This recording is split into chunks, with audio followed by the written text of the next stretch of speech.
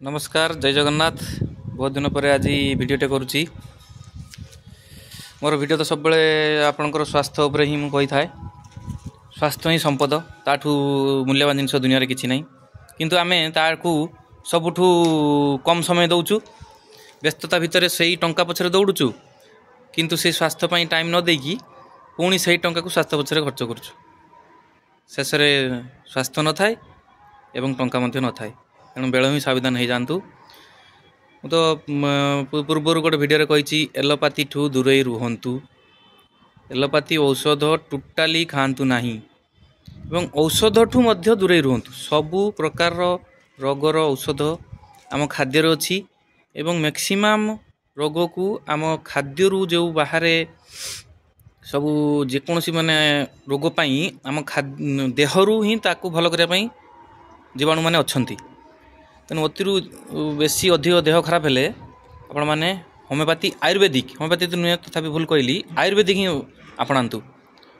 आपण मैंने बहुत वीडियो बहुत लोक मैंने भावुवे किए भी कमेंट भी देना कहते जे ये लोक केमी एत सब कथा जाणी कहूँ ये कौन डॉक्टरी पास करची ना आयुर्वेदिक रे पीजी करची पीएचडी करची ना कौन करची ना कौन सेमती किसी ना। बहुत कम पाठ पढ़ी जस्ट ग्रेजुएशन, किंतु मु बहुत वीडियो देखे जो एबे अच्छे जो आचार्य मनीष जी तांकर आयुर्वेदिक उपर जोटा हिम्स आपण माने मोबाइल यूट्यूब रे मारी देखि परिबे। जो हमर रामदेव बाबांकर भी जो तांको सांगरे सब तांकर बहुत प्रोग्राम भी करिसंती। संपूर्ण आयुर्वेदिक रे एवं जड़ीबूटी जो हमर गछलतार जो औषध सब तैयारी से विषय से सब करचंती। आयुर्वेदिक संपूर्ण वर्जन करचंती। एवं तांको पूर्व जो थिले